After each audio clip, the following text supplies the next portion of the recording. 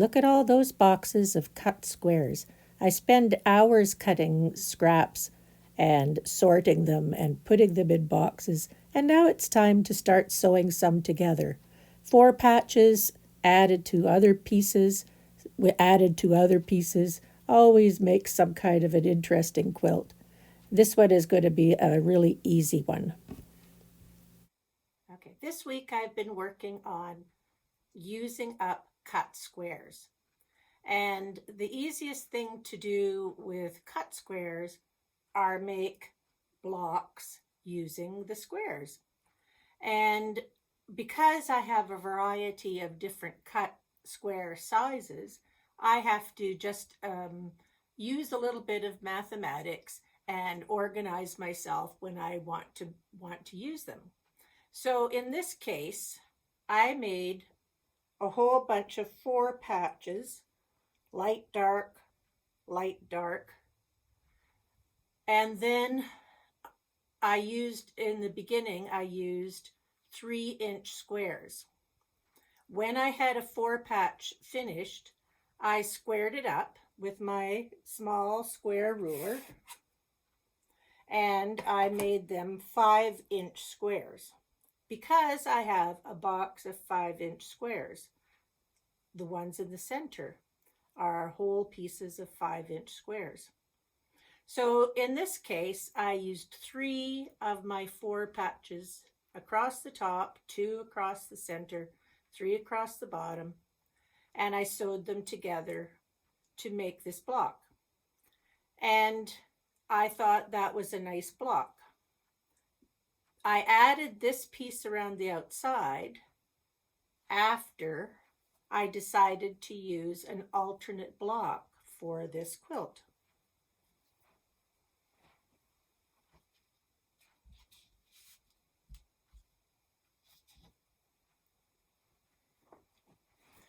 Now the alternate block looks the same, except the squares are bigger. So for the alternate block, it looks the same, except the squares are bigger. For the 4 patches, I used 3½ inch squares, and for the center square, I 6½ inch squares. And when I made this one, the size of this particular square with 4 patches across and 1 in the center is 18 inches. So when I square it up on my cutting board, it's 18 inches. And because the first one was smaller, I added a border around the outside. And those are leftover pieces of jelly rolls. And I have lots of greens in my stash, and so I used the green jelly roll to go around the outside of this, and I had to just trim a little bit off the outside of this one to make it the same size as this one.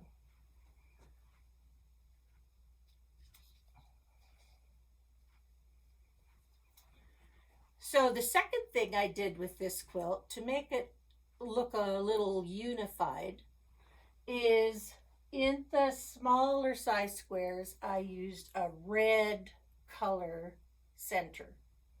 In the bigger squares, I'm using a blue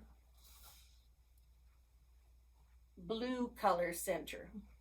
And because I'm using a blue color center, I'm also trying to pick out blue from corner to corner to corner to corner. Dark in one direction, light in the other direction. It's subtle, but it's there, and it helps me to think in terms of color situations and distributing the colors that I have. So around the outside of each of the smaller squares is a green border with a red center, and with the blue blocks, which are bigger squares, I have blue from corner to corner, light and dark. And When I finish making the blocks to the size that I want, I haven't got the size I want yet because I'm using up my blocks. I can use up all kinds of them and make a big quilt. And so far, I think it looks quite nice. But I will be sewing this together in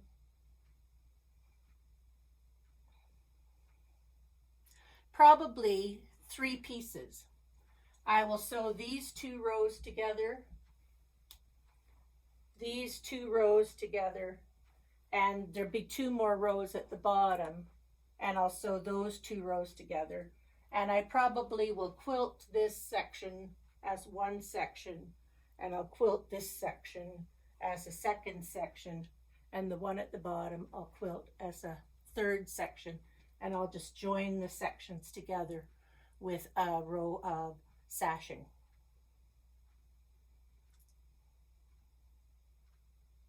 So I think that will work, and it will allow me to make good use out of the squares. Now, when I look at the picture on the video or taking a photograph, this bright green here really stands out amongst the other ones. So I'm going to have to find a couple more bright greens, and I'll swap them around before I start sewing them together. So I think this is a nice project. It's quite easy to do. Making 4 patches, just light, dark, light, dark, light, dark. And I just go through my bins and pick out particular colors. Nothing is really too stand out. I don't want anything to really stand out. I just need to have it look like it's going to belong together. So I'm just going to continue working on this for a while longer and see how much I want to make. Then I'm going to have to find my batting and see what I've got for batting. I'm running out of smaller pieces of batting. I'm going to have to cut something from my big roll soon. That's always a big quilt. Maybe I'll make this one in a big quilt and just use my walking foot. I haven't really decided that yet. We'll see. So here's the completed one. I decided just to make 5 across and 4 down.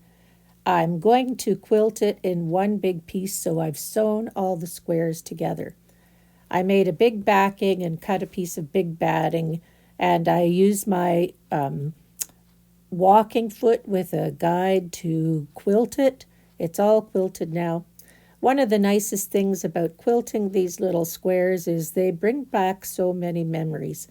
This particular blue little flowers was a piece of fabric I bought, I'd say 30 years ago, and I made a great quilt, and it was on my bed for the longest time.